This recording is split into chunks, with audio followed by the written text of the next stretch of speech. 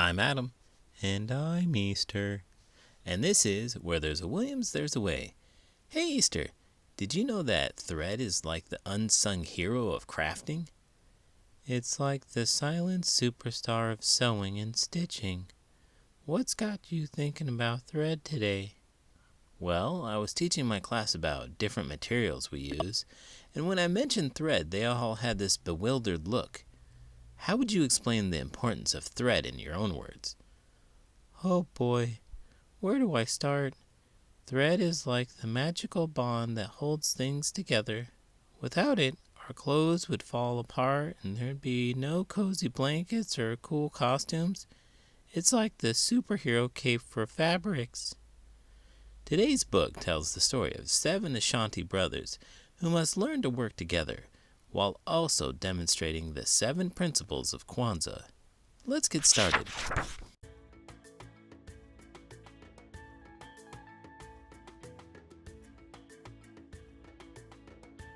7 Spools of Thread, A Kwanzaa Story by Angela Shelf Medearis. Illustrated by Daniel Minter. Sticks in a bundle are unbreakable. African proverb. 7 Spools of Thread was written especially for Kwanzaa. Kwanzaa is a cultural holiday begun in America and celebrated by people of African descent all over the world. In 1966, Dr. Molanga Karenga, a college professor, created Kwanzaa, which means first fruits in Swahili. He based the holiday on ancient African harvest celebrations and customs. Dr. Karenga felt that African Americans in his community needed a special time to help them take pride in their glorious past and plans for the future. Kwanzaa is celebrated from December 26th until January 1st. It is not a religious holiday or one that honors a heroic person. Instead, it is a time when people of African descent join together to honor the heritage and tradition of their ancestors. During the Kwanzaa celebration, everyone pledges to work together to improve themselves and to make their community a better place to live. Kwanzaa is a celebration of the past, the present, and the future of people of African descent. Dr. Karenga established special symbols for Kwanzaa, including fruits and vegetables, which stand for the harvest. During the days of Kwanzaa, 7 candles, 1 black, 3 red, and 3 green, are lighted. They stand for the Nguzo Saba, or 7 principles. The Nguzo Saba are to be memorized, discussed, and acted upon during the 7 days of Kwanzaa and throughout the year. These are the Nguzo Saba. Umoja, unity, to strive for and maintain unity in the family, community, nation, and race. Kujichagulia, self-determination, to define ourselves, name ourselves, create for ourselves, and speak for ourselves instead of being defined, named, created for, and spoken for by others. Ujima, collective work and responsibility, to build and maintain our community together and to make sisters and brothers' problems our problems and to solve them together. Ujamaa, cooperative economics, to build and maintain our own stores, shops, and other businesses and profit from them together. Nia, purpose, to make our collective vocation the building and developing of our community in order to restore our people to their traditional greatness. Kuumba, creativity, to do always as much as we can, in the way we can, in order to leave our community more beautiful and beneficial than we inherited it. Imani, faith, to believe with all our heart in our people, our parents, our leaders, and the righteousness and victory of our struggle. All of the principles of the Nguzo Saba are hidden in the story, 7 Spools of Thread. Can you find them? In a small African village in the country of Ghana, there lived an old man and his 7 sons. After the death of his wife, the old man became both father and mother to the boys.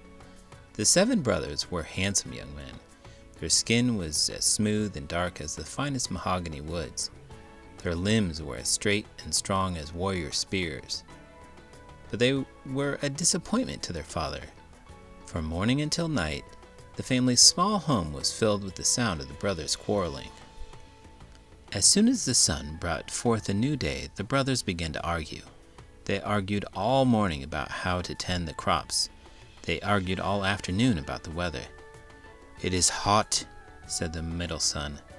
"No, a cool breeze is blowing," said the second son.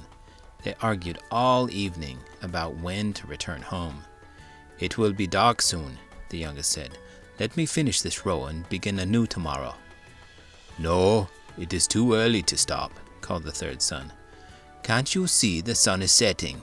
shouted the sixth son. And so it would continue until the moon beamed down and the stars twinkled in the sky. At mealtime, the young men argued until the stew was cold and the fufu was hard. "You gave him more than you gave me," whined the third son. "I divided the food equally," said the father. "I will starve with only this small portion on my plate," complained the youngest. "If you don't want it, I will eat it," said the oldest son. He grabbed a handful of meat from his brother's plate. "Stop being so greedy," said the youngest. And so it went on every night. It was often morning before the 7 brothers finished dinner.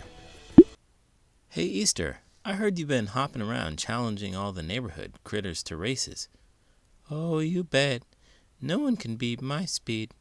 But hey, don't think you can outdo me, Mr. Teacher.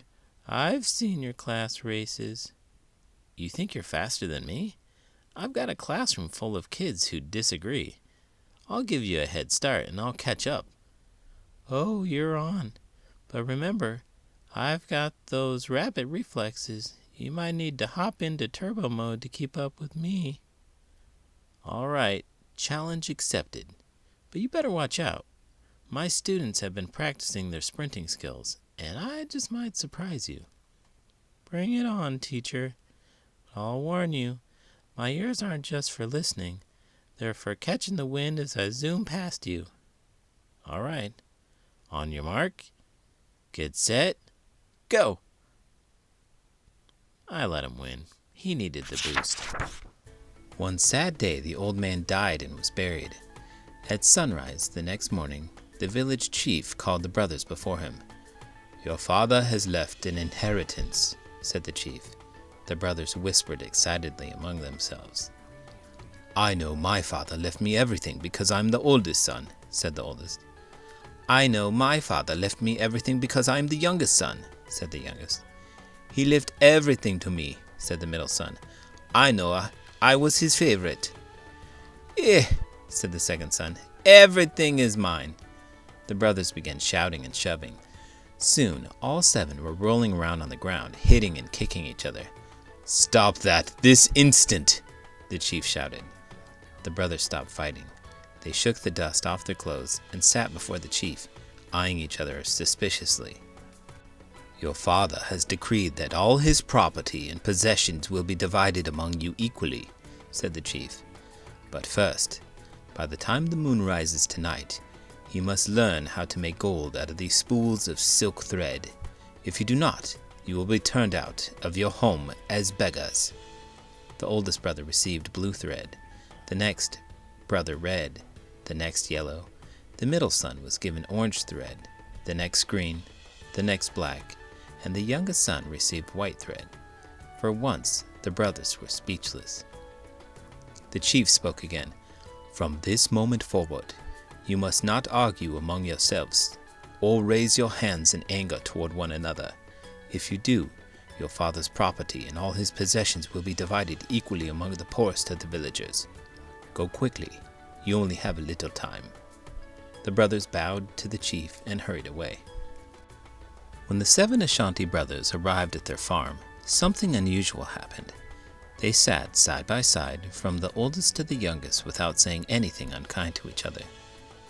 "My brothers," the oldest said after a while, "let us shake hands and make peace among ourselves." "Let us never argue or fight again," said the youngest brother. The brothers placed their hands together and held each other tightly. For the first time in years, peace rested within the walls of their home. "My brothers," said the third son quietly, "surely our father would not turn us into the world as beggars." "I agree," said the middle son. "I do not believe our father would have given us the task of turning thread into gold if it were impossible." "Could it be," said the oldest son, "that there might be small pieces of gold in this thread?" The sun beamed hotly overhead. Yellow streams of light crept inside the hut. Each brother held up his spool of thread. The beautiful colors sparkled in the sunlight, but there was no nuggets of gold in these spools. "I'm afraid not, my brother," said the sixth son, "but that was a good idea." "Thank you, my brother," said the oldest. "Could it be," said the youngest, "that by making something from this thread we could earn a fortune in gold?" "Perhaps," said the oldest, "we could make cloth out of this thread and sell it. I believe we can do it." "This is a good plan," said the middle son, "but we do not have enough of any one color to make a full bolt of cloth." "What if," said the third son, "we weave the thread together to make a cloth of many colors?" "But our people do not wear cloth like that," said the fifth son. "We only wear one cloth of one color." "Maybe," said the second, "we could make a cloth that is so special everyone will want to wear it." "My brothers," said the sixth son, "we could finish faster if we all work together." "I know we can succeed," said the middle son. The 7 Ashanti brothers went to work. Together they cut the wood to make a loom. The younger brothers held the pieces together while the older brothers assembled the loom. "Teamwork makes the dream work, right?" "Yeah, I've heard that before." "No, I just made it up." "I don't think so."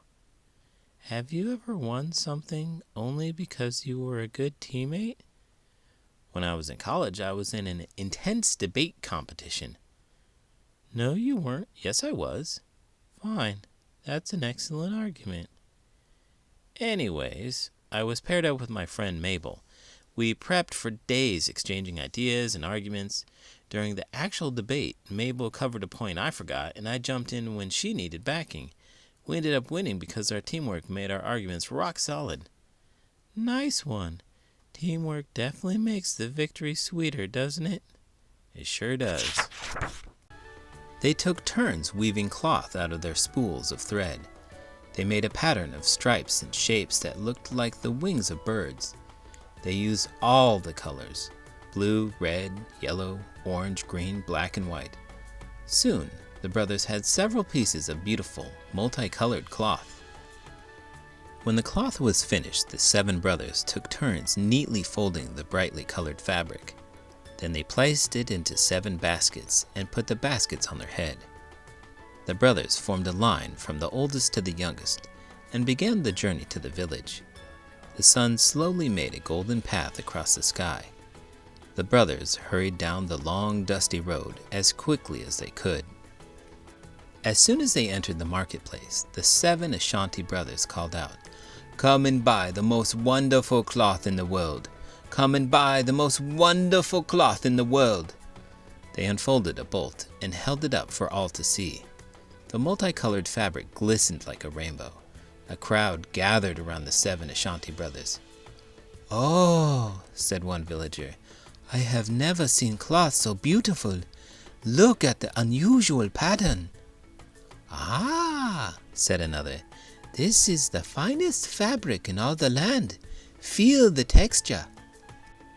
The brothers smiled proudly.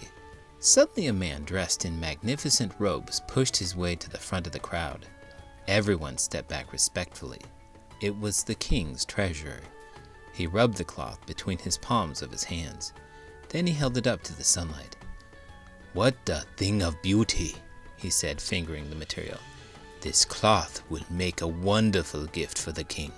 I must have all of it." The 7 brothers whispered together. "Cloth fit for the king," said the oldest, "should be purchased at a price only a king can pay. It is yours for 1 bag of gold." "Sold," said the king's treasurer. He untied his bag of gold and spilled out many pieces for the brothers. The 7 Ashanti brothers ran out of the marketplace and back down to the road to their village. A shining silver moon began to creep up in the sky. Panting and dripping with sweat, the brothers threw themselves before the chief's hut. "Oh, chief," said the oldest, "we have turned the thread into gold." The chief came out of his hut and sat upon a stool. The oldest brother poured the gold out onto the ground. "Have you argued or fought today?" said the chief. "No, my chief," said the youngest. "We have been too busy working together to argue or fight." "Then you have learned the lesson your father sought to teach you," said the chief. "All that he had is now yours." The older brothers smiled happily, but the youngest son looked sad. "What about the poor people in the village?" he asked. "We received an inheritance, but what will they do?" "Perhaps," said the oldest, "we can teach them how to turn thread into gold." The chief smiled. "You have learned your lesson very well." The 7 Ashanti brothers taught their people carefully. The village became famous for its beautiful multicolored cloth, and the villagers prospered. From that day until this, the 7 Ashanti brothers have worked together farming the land, and they have worked peacefully in honor of their father. Hey, did you know it's almost Kwanzaa? Kwanzaa?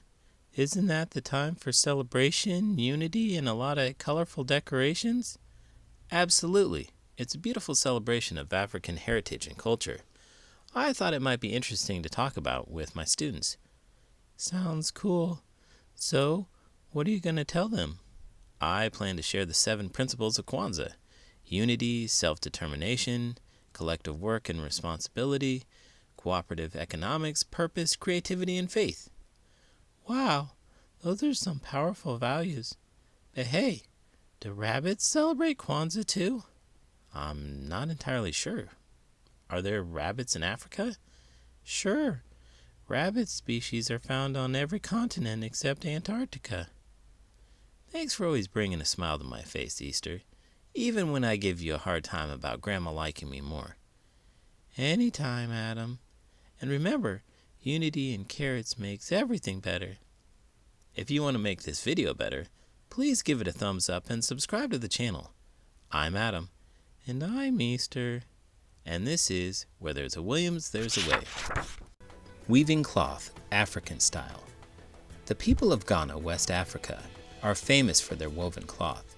The patterns vary from tribe to tribe. Kente, which is made of silken threads in a rainbow of colors, is one type of cloth that is woven in Ghana. In Ghana, men usually use small portable looms that they can carry from village to village.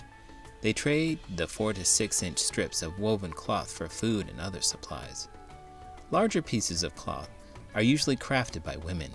They use heavy looms capable of turning out squares of fabric about 16 by 20 inches wide. After the cloth has been woven, the strips are sewn together to make clothing, carpets, or blankets. You can make a simple loom to weave a strip of cloth that can be worn as a belt. Things you will need: 4 plastic straws, 1 skin 4-ply worsted yarn, scissors. Weaving cloth to make a belt. 1. Cut 4 pieces of yarn, each 80 inches long. 2. Then cut 1/2 inch off the end of each straw. Keep the 1/2 inch pieces, they will be used later. 3. Slide one of the shortened straws almost to the end of one of the pieces of yarn. Sucking on one end of the straw will help to draw the yarn through quickly. 4. Loop the yarn and pull the other end through the straw. Place a finger in the loop to prevent the yarn from pulling all the way through the straw. Pull the loose ends of the yarn until they're even. Leave a 1/2 inch loop of yarn at one end of the straw. 5. Tie the loop into a loose knot. Slip a 1/2 inch piece of straw into the knot. The straw should look like a T on the end. This will prevent the thread from slipping through the straw during the weaving process. Repeat steps 2 through 5 to thread the remaining straws. 6. Tie the end of the wool on the skin to the top straw. Tightly weave the yarn in and out between the straws. When you weave is 3 to 4 inches long, push it off the straw toward the loosely knotted end. 7. Continue weaving until the woven part of the belt is the length you desire. Tie the loose yarn into a tight knot. Let the long ends hang down about 8 inches to make a fringe. Cut off any excess yarn. Now your belt is ready to wear or to give as a gift during Kwanzaa. Did you know early sewing thread consisted of thin strips of animal hide that were used to stitch together larger pieces of hide and fur?